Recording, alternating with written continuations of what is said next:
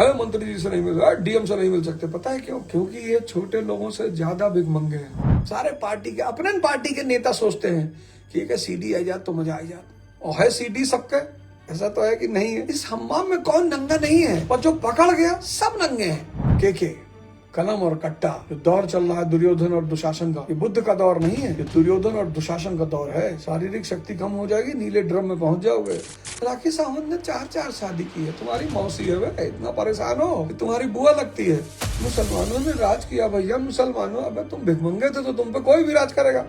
तुम्हारे बाप डीएम है, लोग तुम्हारी तारीफ कर रहे हैं, तुम्हें मिटा रहे हैं वे। तुम्हारे बाप मंत्री है, लोग तुम्हारी तारीफ कर रहे हैं, लोग तुमको मिटा रहे हैं। क्या भैया ध्यान करोगे साधु हो जाओगे, परिवार छूट जाएगा भैया, लड़के बच्चे छूट जाएंगे। जय हिंद फ्रेंड्स, गुरुदेव भगवान की चरणों में सादर प्रणाम, सादर नमन।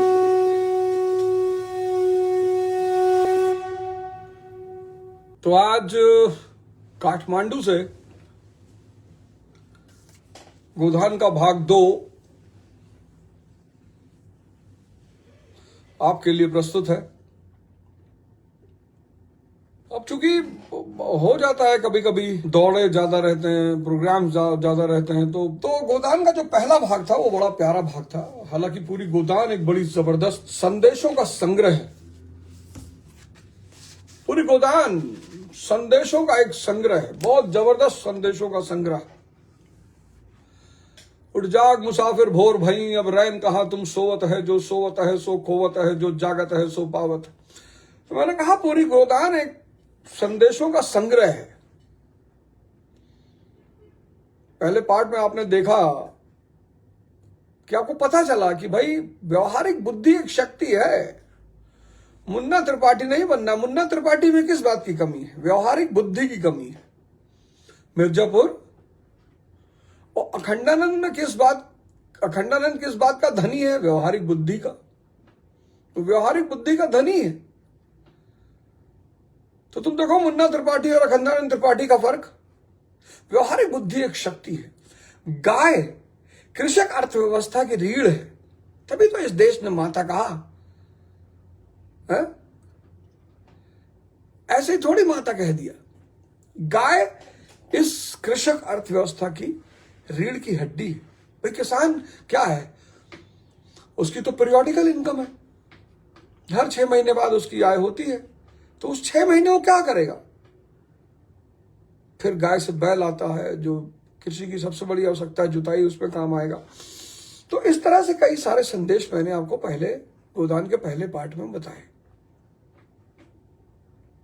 अब जो गोदान का दूसरा चैप्टर है, राय साहब होरी प्रसंग। एक तरफ एक किसान बैठा है, एक तरफ एक जमींदार बैठा है।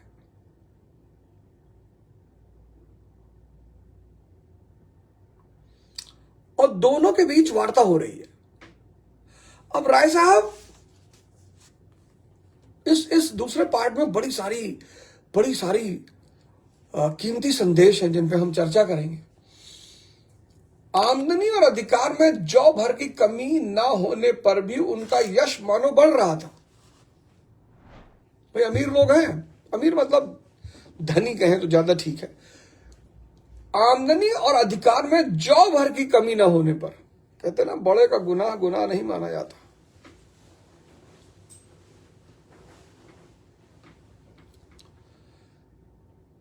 जमींदार हैं, शोषक हैं किसानों के 3 शोषक हैं। एक सरकार, एक महाजन और एक जमींदार। इसलिए तुम पूरे इतिहास को जब पढ़ोगे, भारतीय इतिहास को, तो वो राजा सबसे ज्यादा सफल रहा और सबसे ज्यादा प्रसिद्ध रहा जिसने किसानों को मजबूत करने का प्रयास किया। यह देश, भारत एक ऐसा देश है जहां कृषक वर्ग अगर मजबूत हो जाए तो आप समझ लो कि यह देश सुपर पावर की राह पे चला गया। 60% लोग अभी भी कृषि अर्थव्यवस्था में इन्वॉल्व है। प्राइमरी सेक्टर है इस देश का।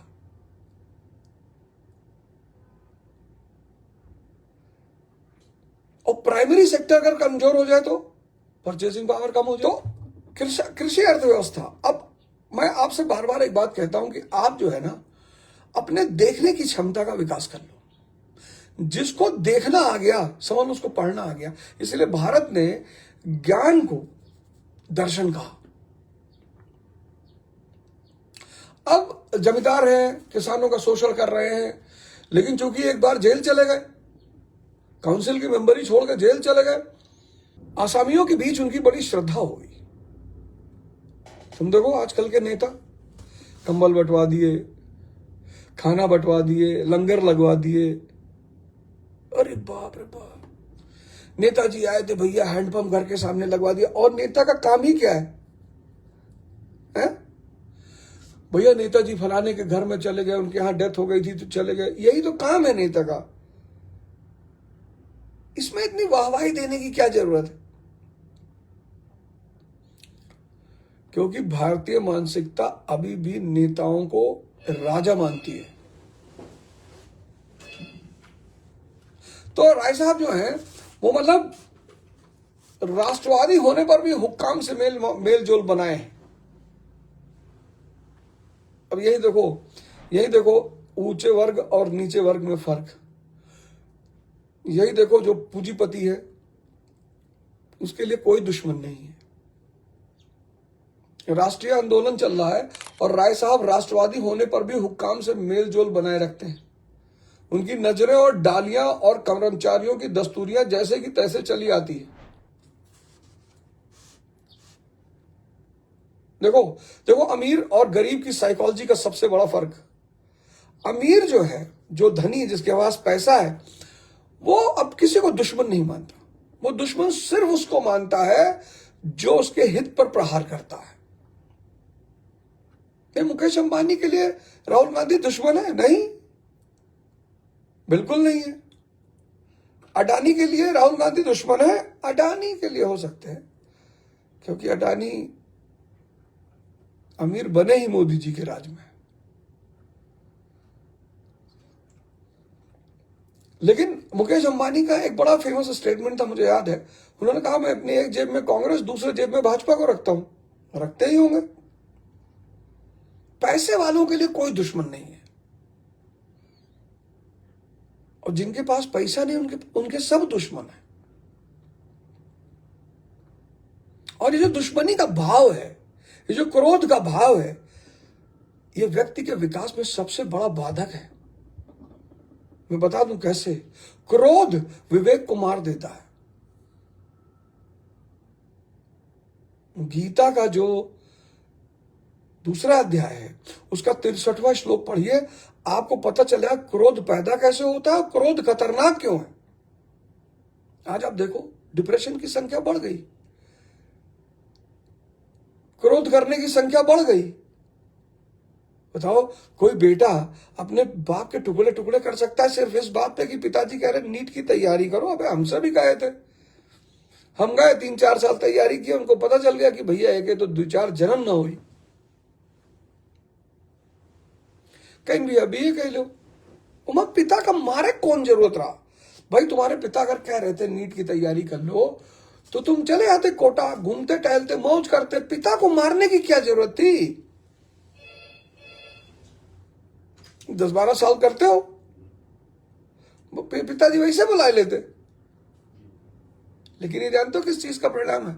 ये परिणाम है जो आज के युवाओं में डिप्रेशन की भावना बढ़ रही है। और डिप्रेशन बढ़ क्यों रहा है? विषय चिंतन बढ़ गया है। ई गाड़ी ले आओ, ई घड़ी ले आओ, कहूं जाओ तो लोग देखते कौन जूता पहने हैं, इसके चर के पहने हैं, ज्यादा रुपया ना ही है कर लगे। टाइटन की घड़ी पहने हैं, नहीं है, परेशान है बेचारा। विषय चिंतन,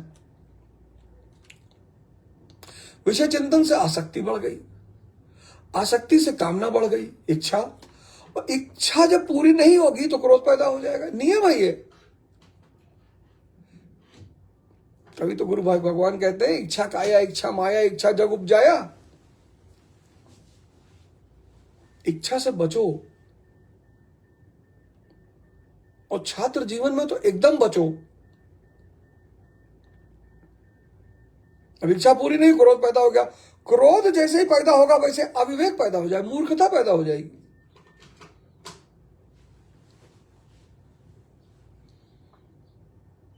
इस अविवेक से स्मृति भ्रम पैदा हो जाता है। एक गलतियां 10 बार करोगे आप, एक गलती आप 10 बार करोगे,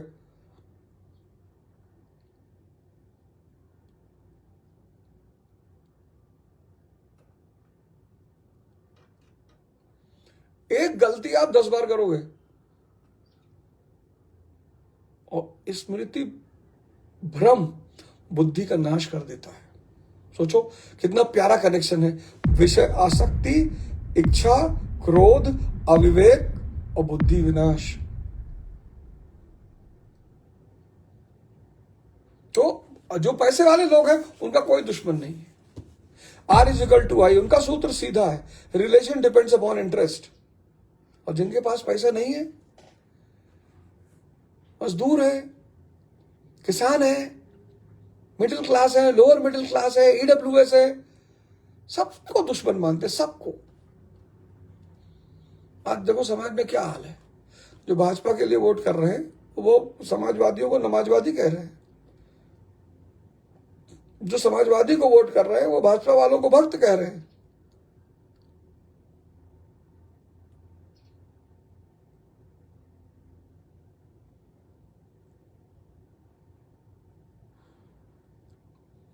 कोई राजनीति नहीं करनी जब इस देश के लोगों को अच्छे राजनेताओं की जरूरत ही नहीं।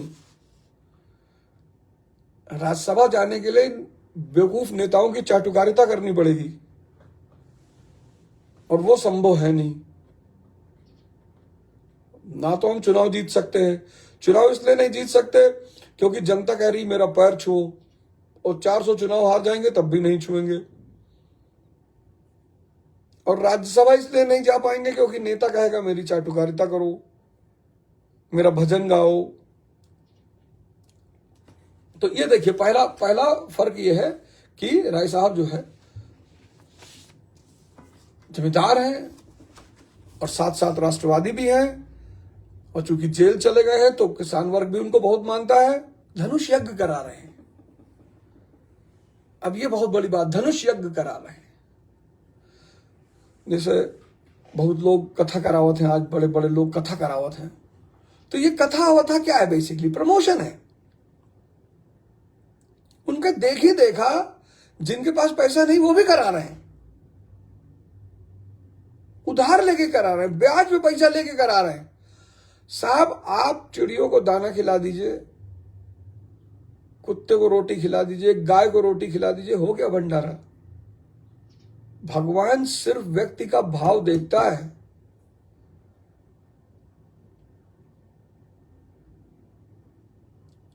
अब राय साहब धनुष यज्ञ करा रहे हैं। ये जितने भी पैसे वाले लोग हैं, व्यापारी हैं, राजनेता हैं, ये जब कोई कार्यक्रम कराते हैं, ये जब कोई कार्यक्रम कराते हैं, इनका सीधा उद्देश्य होता प्रमोशन। इनकी नकल ना करें आप।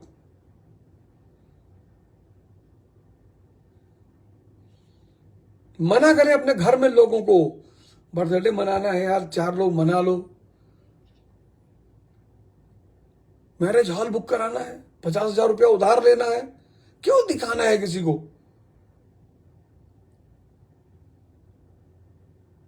बताओ क्यों दिखाना है किसी को? तो राय साहब धनुष यज्ञ करा रहे हैं।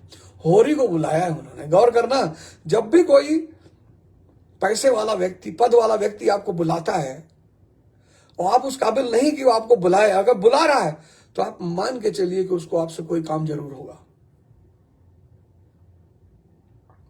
आप क्लर्क हैं, बाबू हैं किसी डिपार्टमेंट में, और शहर का सांसद आपको बुला रहा है, तो या तो आप काम के हैं, 50,000 वोट आपके पास है, और या फिर उसको आपसे कोई काम लेना है।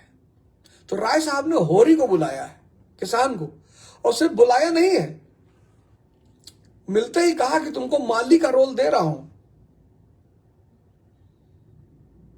जब सीता जी, जानकी जी मंदिर में प्रवेश करेंगी तो गुलदस्ता लिए खड़े रहना बाहर, रोल भी देखो माली का। अब रोल दिया, सम्मान दिया, भाई होरी जाएंगे गांव, दिखाएंगे, देखा तो राय साहब कितने मानते हैं, पर्सनली बुलाया था। हर छोटे आदमी को लगता है कि बड़े आदमी के साथ फोटो खिंचा के मेरा कद बढ़ जाएगा। इससे बड़ी कोई गलतफहमी ही नहीं है। हाँ, आजकल नशा जो सेल्फी लेने का उसलिए है कि लोग सोचते हैं मेरी व्यू बढ़ जाएगी, सब्सक्राइबर बढ़ जाएंगे, लोग वाह वाह ही करेंगे। भैया कहाँ मिले रहे, नरक में मिला रहे।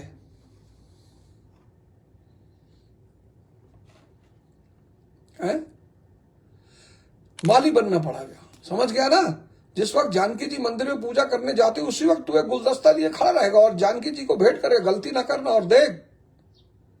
और देख आसामियों से ताकीद करके कह देना कि सबके सब शगुन करने आए, पैसा देने आए।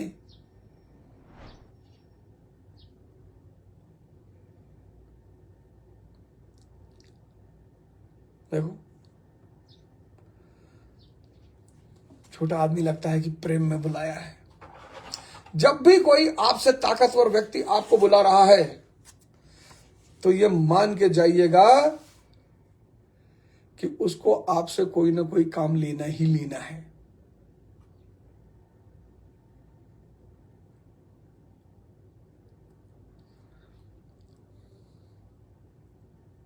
क्या करा दें यूट्यूब पे? हाँ, तुम सिलेक्शन पा जाओगे तो सैलरी नहीं लोगे क्या? तो हरामखोरी इस देश की रग रग में बसी हुई है। जहर फ्री दे दो तो एक दो घूट पी ले कि लाओ फ्री मिल रहा है तो ले ही ले। और यहाँ के लोग हैं भी, मैं गरीबों के लिए ये कर रहा हूं, मैं गरीबों। ये देश चाहता है, इस देश के पूंजीपति, इस देश के राजनेता चाहते हैं गरीब बने रहें लोग, तो उनका मान बढ़ता रहेगा, यश बढ़ता रहेगा। और चूस भी लेंगे वो लोगों को। तो खैर भैया, तो पहली सीख मैंने आपको दिया इस दूसरे विषय चैप्टर का। सबसे पहली सीख ये है कि जो पैसे वाले लोग हैं, पद वाले लोग हैं, उनका कोई दुश्मन नहीं होता। आम आदमी पार्टी कांग्रेस के खिलाफ खूब जहर उगली और जब पहली बार सरकार बनाने गई तो आम आदमी पार्टी कांग्रेस से समझौता किया उसने, क्योंकि नियम है ना, वो नियम है। राजा के बीच हित के सिवा कोई हित मिलता है तो रिश्ते हैं। अरविंद केजरीवाल जी सबके साथ खड़े हुए, लालू जी के साथ खड़े हुए।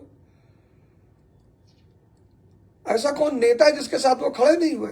इंडिया अगेंस्ट करप्शन का नारा लेकर आए थे और जितने करप्ट लोग थे सबके साथ खड़े हो गए।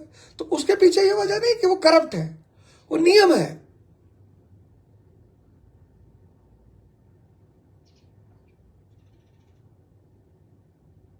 पहली बात, पद और पैसे वाले लोग किसी को दुश्मन नहीं मानते।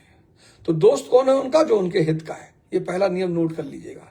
दूसरा नियम कि जब भी कोई पैसे और पद वाला व्यक्ति आपको बुला रहा है और सम्मान दे रहा है तो समझ लीजिए आपकी बलि लेने के चक्कर में है। जैसे मिर्जापुर में अखंडानंद तिवारी ललित से कहे, ललित जैसे मकबूल हमारे साथ रहते हैं ऐसे तुम मुन्ना के साथ रहते हो, मुन्ना के राइट हैंड हो, कल सीएम से मिलने चलना है। अरे ललित का तो सीना चौड़ा हो के, मोदी जी का तो 56 इंच का है, उनका 156 हो गया था। कैसे मारे अंदर ले जाके। यहां भी देखो, राय साहब माली का पद दिए हैं, बुलाए हैं, लेकिन कहे आसामियों से ताकीद करके कह देना कि सब के सब शगुन लेकर आए, मेरे साथ कोठी में आ जा, तुझसे कुछ बातें करनी है। अब ये जो बातें राय साहब और रोरी के बीच हो रही हैं, अरे यही समाज का दर्पण है। आप परेशान हो, मेरे रिश्तेदार मुझको परेशान कर रहे हैं, मेरे पड़ोसी मुझको परेशान कर रहे हैं, और इनका काम क्या है? इनके दो ही काम है, रिश्तेदार, पड़ोसी और दोस्त। इनका दो ही काम है। अगर मिट रहे हैं आप तो उस पर मजा लेना है इनको, और अगर आप बन गए हैं तो कूद के आगे खड़ा हो जाना है। और इनका कोई काम नहीं है। अगर आप मिट रहे हैं तो इनको मजा लेना है। यही समाज है। समाज एक बहुत बड़ा उत्प्रेरक है। समाज से बड़ा मोटिवेशन कोई नहीं हो सकता।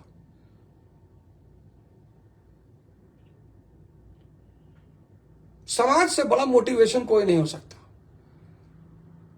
अमित रंजन, बाजार की तरह शब्दों का इस्तेमाल मत करो, किसी को कुछ मत बोलो उल्टा सीधा, कम से कम शब्द अच्छे रखो यार।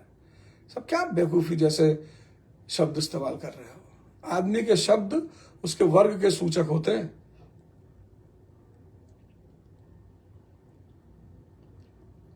तो दूसरी बात क्या है कि समाज एक बहुत बड़ा उत्प्रेरक है, क्योंकि जब आपके पास कुछ भी नहीं होता, आप असहाय होते हो, तो समाज आपकी उपेक्षा करता है। और जब आपके पास सब कुछ हो जाता है तो समाज क्या करता है? सुनो, संपत्ति और सहृदयता में बैर है। क्या लाइन है ये? संपत्ति और सहृदयता मतलब जो आदमी पैसे वाला है वो सहृदयी हो, यह संभव ही नहीं है। क्योंकि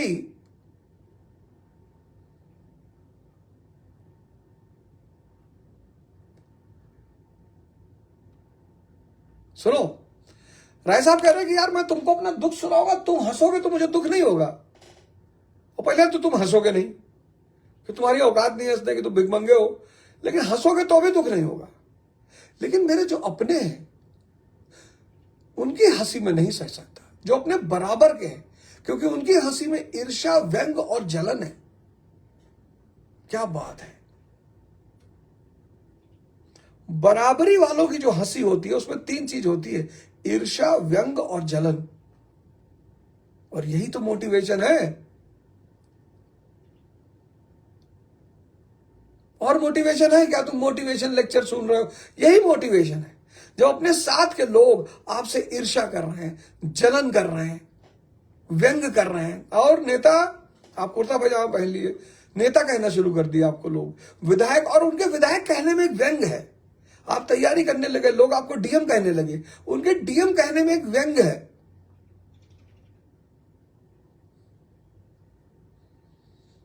good morning Hrithik, good morning. कल से यही मिलेंगे फेसबुक पर, जब तक बाहर रहूंगा तब तक फेसबुक पर मिलूंगा लाइव।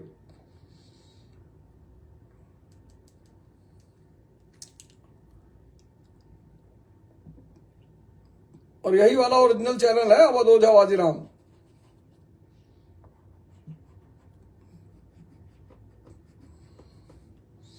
बाकी सब लोग खा पी रहे हैं, कोई बात नहीं, मुझे उससे कोई एतराज नहीं है। कम से कम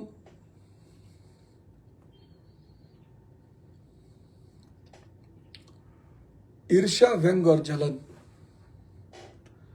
ये बराबरी के लोग ही करते हैं, और यही दुनिया का सबसे बड़ा मोटिवेशन है। हरिओम पार्थ, शाहिद हुसैन, गुड मॉर्निंग, सलाम करो शाहिद। हम भी दान देते हैं। अब देखो, अमीर दान क्यों देते हैं? धर्म करते हैं, लेकिन जानते हो क्यों? केवल अपने बराबर वालों को नीचा दिखाने के लिए। देखो,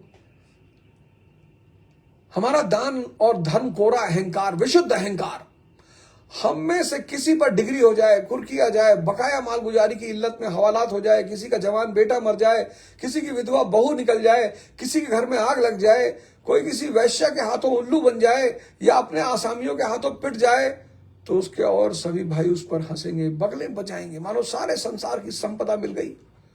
और मिलेंगे तो इतने प्रेम से जैसे हमारे पसीने की जगह खून बहाने को तैयार है। देखो, यही समाज है। तुम कहते हो ना साहित्य क्यों पढ़े? देखो, समाज से बड़ा प्रेरक क्यों नहीं? क्योंकि अपने बराबरी वाले क्या करते हैं? ईर्ष्या, व्यंग, जलन।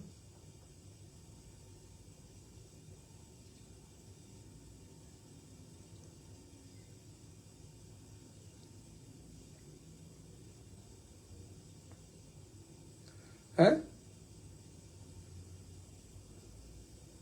और बड़ा आदमी क्या करता है पता है? ये सब देखकर, बड़े की क्वालिटी सुनो, और मेरा धर्म, उनकी यही इच्छा है कि मैं अंधा हो जाऊं और ये लोग मुझे लूट लें।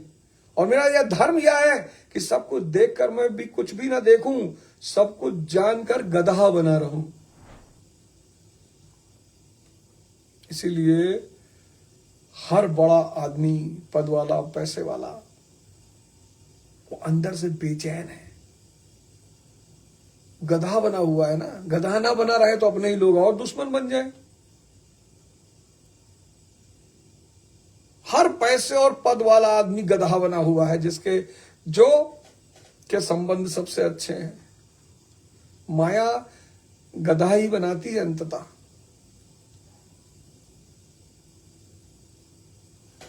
तो जब राय साहब इतना नाटक होरी को बता रहे हैं, तो होरी कह रहा है, होरी ने साहस बटोर कर कहा हम समझते थे कि ऐसी बातें हम ही लोगों में होती हैं, पर जान पड़ता है कि बड़े आदमियों में भी इसकी कोई कमी नहीं। देखो, इसीलिए प्रोटोकॉल शब्द बनाया गया। अरे मंत्री जी से नहीं मिल सकते, डीएम से नहीं मिल सकते। पता है क्यों? क्योंकि ये छोटे लोगों से ज्यादा भिखमंगे हैं।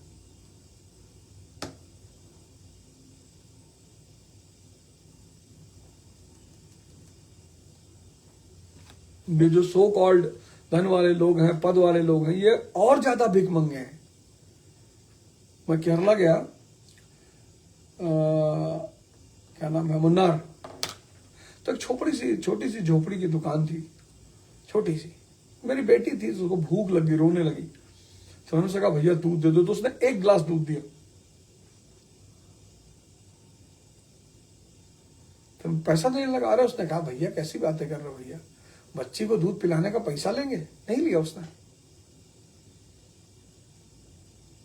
और मैं एक सो कॉल्ड बहुत बड़े होटल में गया, 5 स्टार होटल में। उनकी कॉम्प्लीमेंट्री एक ड्रिंक थी, जो रियल वाला जूस होता है वही 2 घूंट डाल के गिलास में पकड़ा देते हैं, कॉम्प्लीमेंट्री ड्रिंक। तो मैंने कहा यार मुझे कॉम्प्लीमेंट्री ड्रिंक, एक ब्लैक कॉफी दे दो। उसका 346 रुपया चार्ज किया। कहा नहीं सर, कॉफी सर को कॉम्प्लीमेंट्री नहीं है।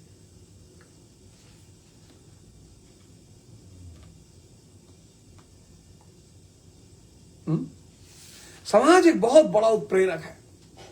समाज सबका है और समाज किसी का नहीं है। समाज से लड़ोगे टूट जाओगे। समाज बहुत ताकतवर है। समाज का विरोध करोगे मारे जाओगे। समूह है ना, समूह।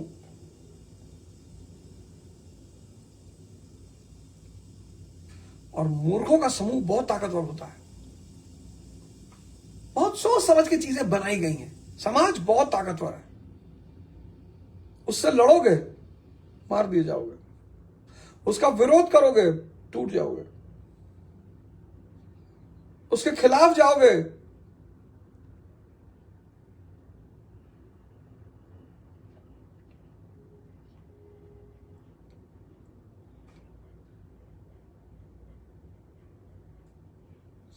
तो होरी कहता यार हमको लगता था हम ही लोग ऐसे हैं, आप लोग तो हमसे ज्यादा नीच हो।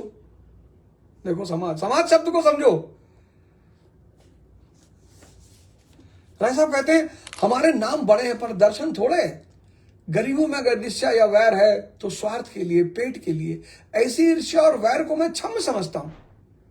राय साहब कह रहे हैं जो गरीबों की ईर्ष्या वैर से है उसको मैं क्षम्य समझता हूं। हमारे मुंह की रोटी कोई छीन ले तो उसे गले में उंगली डालकर निकालना हमारा धर्म हो जाता है। अगर हम छोड़ दे तो देवता।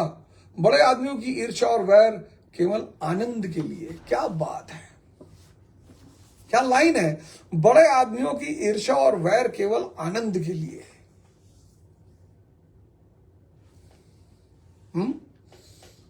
सारे पार्टी के, अपने पार्टी के नेता सोचते हैं कि एक सीडी आ जात तो मजा आ जात। और है सीडी सबके, ऐसा तो है कि नहीं है। इस हम्माम में कौन नंगा नहीं है, पर जो पकड़ गया सब नंगे हैं।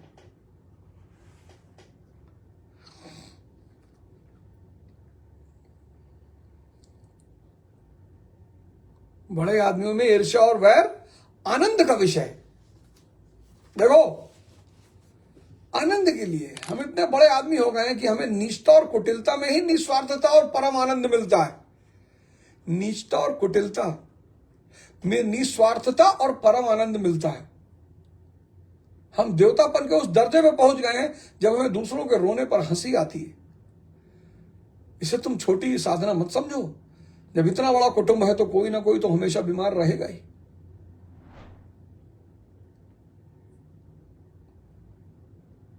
हम जौ जौ और अंगुल अंगुल और पोर पोर भस्म हो रहे हैं। दुनिया समझती हम बड़े सुखी हैं। हमारे पास इलाके, महल, समारियां, नौकर चाकर, कर्ज, वैश्याएं क्या नहीं है।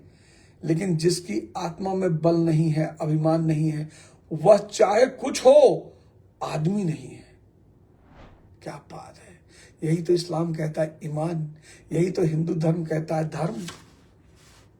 क्या बात रहा है साहब। सबको लगता है कि जिनका पैसा वो बड़ा मौज में, कोई मौज में नहीं है। दीपांशु खुश रहो, प्रधानमंत्री बन जाओ। ये जो पैसे वाले हैं ना, ये और भिखमंगे हैं। मैं तो सौभाग्य से बहुत लोगों को जानता हूं, इनके ऐसे एक से एक कष्ट है।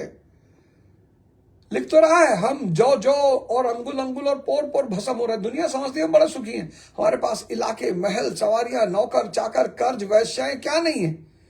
लेकिन जिसकी आत्मा में बल नहीं, अभिमान नहीं, वो और चाहे कुछ हो, आदमी नहीं है।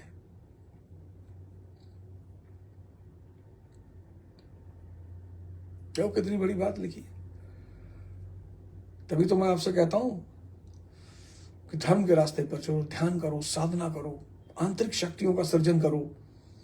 हनुमान जी बन जाओ, लक्ष्मण जी बन जाओ, मार दो बाण, मेघनाथ खत्म। शक्ति जरूरी है, ऐसी शक्ति जिसको जरूरत पर कुछ भी आ जाए। भिखमंगे बन के मत रहो। हनुमान जी के पास कौन सी मर्सिडीज है, लेकिन चाल लेंगे तो मर्सिडीज कंपनी उनकी हो जाएगी। एक्चुअली तुम गलत दिशा में श्रम कर रहे हो। मैं भी कर रहा था। ये जो मेरी मस्ती, ये जो मेरा आनंद, मैं ललन टॉक के शो में था लखनऊ में, एक साहब ने कहा यार, तो सिद्धांत भाई बोले कि अगर आपकी कोई बाहर फील्डिंग सेट कर दे, आपको डर नहीं लगता? बाहर कोई आपकी फील्डिंग सेट कर दे, बोले हम अंपायर है वे। मैंने कहा मेरा निशाना बहुत अच्छा है।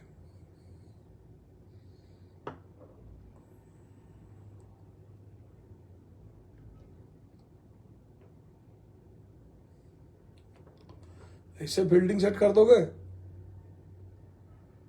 और इस देश के युवाओं को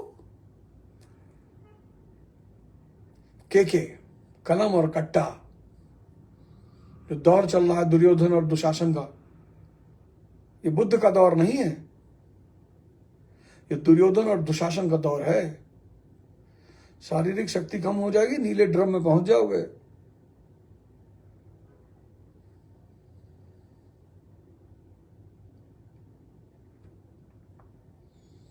शारीरिक शक्ति अगर कम हुई तो नीले ड्रम में तुरंत पहुंचोगे।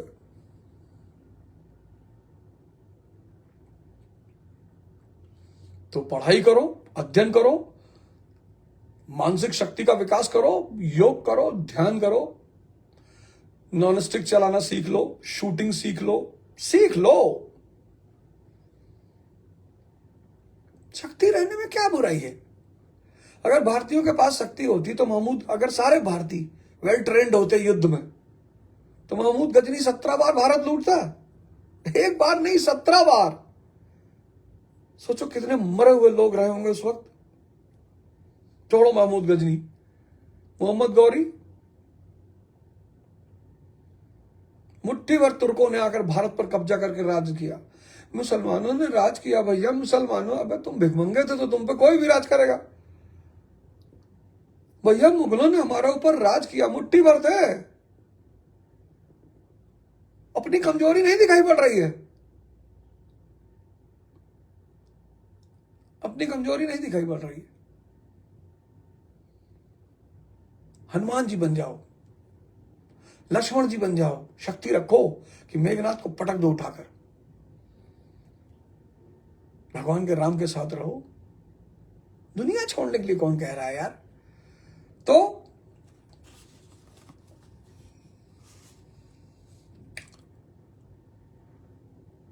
पिछलग्गुओं की खुशामद ने हमें इतना अभिमानी और तुनक मिजाज बना दिया है कि हमें शील, विनय और सेवा का लोप हो गया। पिछलग्गू, पैसे और पद वाले लोगों के जो सबसे बड़ी कमी है वो है पिछलग्गू। आजकल बड़े सारे उभरते हुए नेता हैं, नाम नहीं लूंगा, बिहार में है, यूपी में है, केंद्र में है, दिल्ली में है।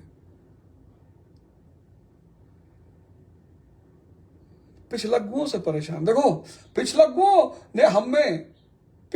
की खुशामद ने हमें इतना अभिमानी और तुनक मिजाज बना दिया कि हमें शील, विनय और सेवा लोप हो गया है। तो जिसके पास भी चाटुकार है, उसके पास 3 चीजें खत्म हो जाएंगी: शील, विनय और सेवा। चाटुकारों से बचो। एक राजा साहब ने तीर मारा, हिरन पे नहीं लगा, पीछे जो लोग खड़े ताली बजाने लगे। बोले अब ताली काहे बजा रहे हो? बोले क्या बचा के मारा है साहब? आप तीर मारे और हिरन न मरे, क्या बचा के मारा है?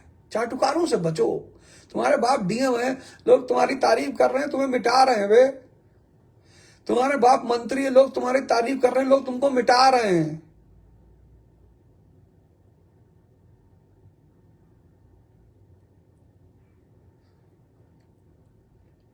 तुम भीख मांगोगे। हाँ, तुम्हारे बाप जबरदस्ती विधायक सांसद बनवा दें तो अलग बात है।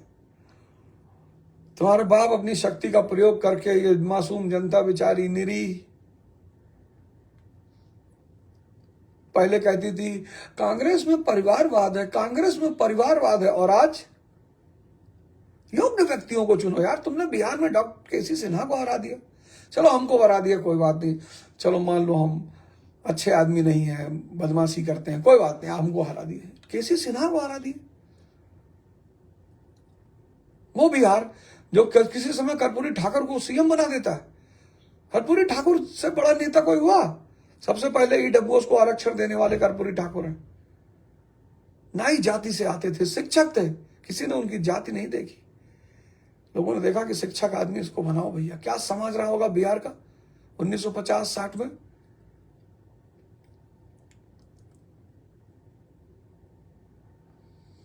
आज बिहार का आदमी मस्त है। लगावेलू तू लिपस्टिक, हिले लारा डिस्ट्रिक्ट, जिला टॉप लागेलू, बस।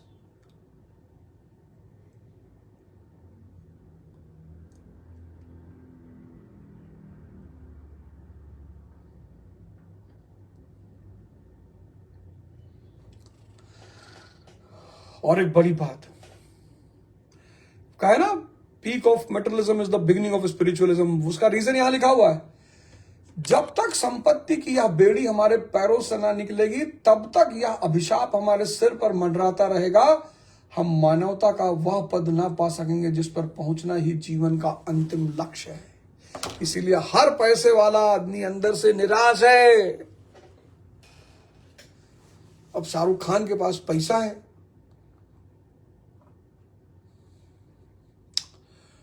लेकिन शक्ति नहीं है, क्योंकि वो सिर्फ एक्टर है। कोई भी नेता पूंजीपति बुला लेता कि आओ भाई नाचो हमारे यहां, मना कर दे ईडी का छापा पड़ जाए, लड़का ड्रग्स के केस में फंस जाए।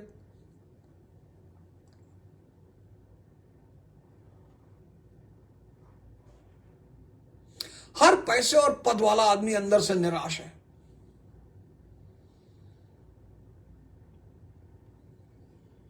देखो क्या बात है राय साहब ने लिखी है।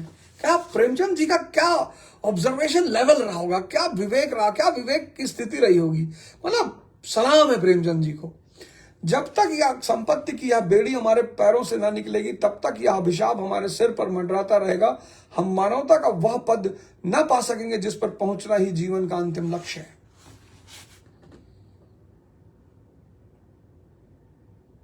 यानी संपत्ति, धन, पद, ये बेसिकली विपत्ति है। तो संपत्ति क्या है? आत्मा, चेतना। लेकिन हमारे देश में तो फैला दिया गया। हमारे देश में तो फैला दिया गया, भैया ध्यान करोगे साधु हो जाओगे, परिवार छूट जाएगा, भैया लड़के बच्चे छूट जाएंगे। किसने छोड़ा? कबीरदास जी ने छोड़ा? नहीं छोड़ा। संत रविदास जी ने छोड़ा? नहीं छोड़ा। तुलसीदास जी ने छोड़ा? नहीं छोड़ा। भगवान राम ने छोड़ा? नहीं छोड़ा। भगवान कृष्ण ने छोड़ा? नहीं छोड़ा। छोड़ना ही क्यों है?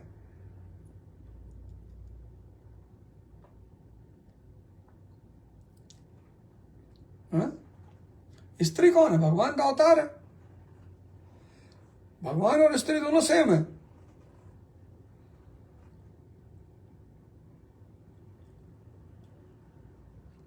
दोनों शक्ति वाले लोग पसंद हैं, भले रावण ही क्यों ना हो।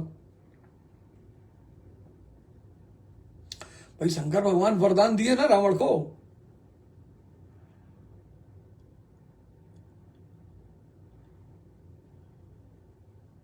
तुम माया का चरमोत्कर्ष, खूब धन कमाइए, खूब समाज में उलझिए मत।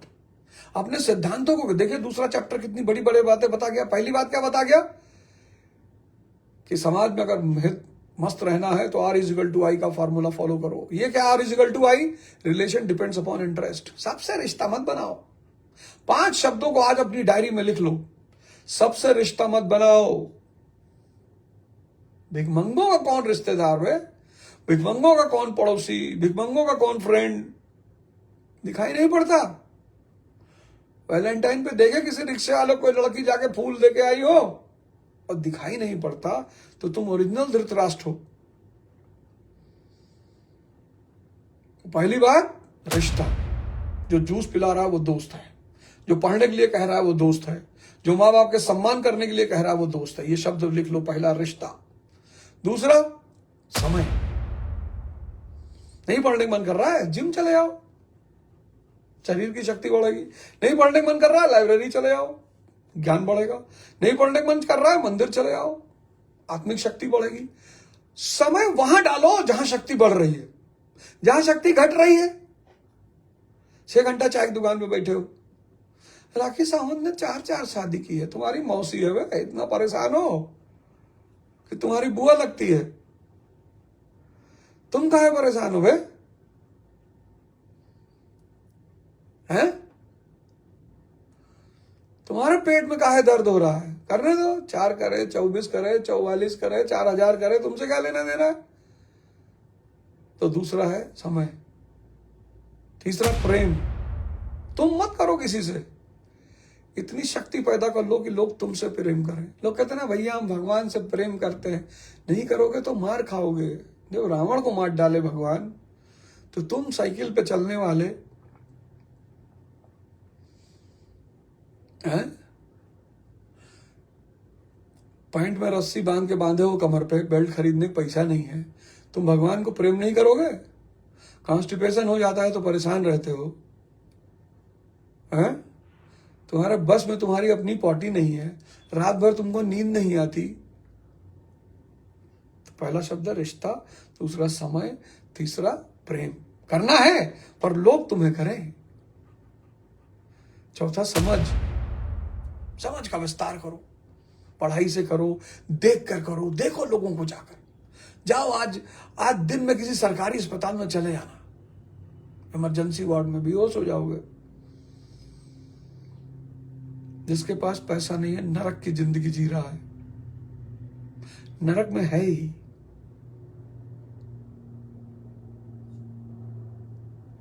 और 5वां शब्द है शक्ति। शक्ति के सिवा किसी चीज पे काम ना करो। तो आज का जो चैप्टर है उसके 5 सबसे बड़े सिद्धांत। पहला, R=I, relation depends upon interest. दूसरा, समाज, उत्प्रेरक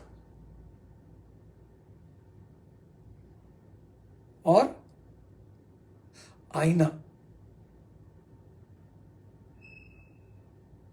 और अनुशासनकर्ता।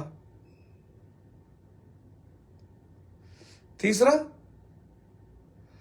आत्मिक धन से बड़ा कोई धन नहीं। चौथा,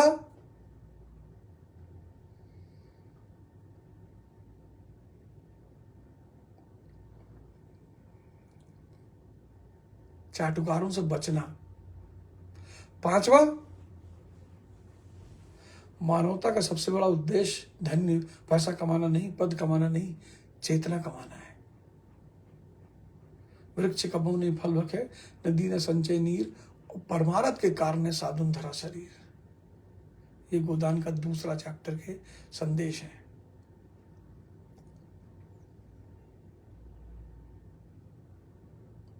बाकी आप लोग खुश रहें, मस्त रहें, आबाद रहें, सही दिशा पकड़िए जीवन में। जीवन में एक अच्छी दिशा पे चलिए। जिंदगी गलत नहीं है, दिशा गलत होती है। जिंदगी नरक नहीं है, दिशा। जिसने अपनी दिशा बदल ली उसकी दशा बदल गई। हम कभी सोचे थे कि यार ये टीवी चैनल वाले बुला के हमको बैठाएंगे, पर हम टीवी भी नहीं देखते थे, आज भी नहीं देखते हैं।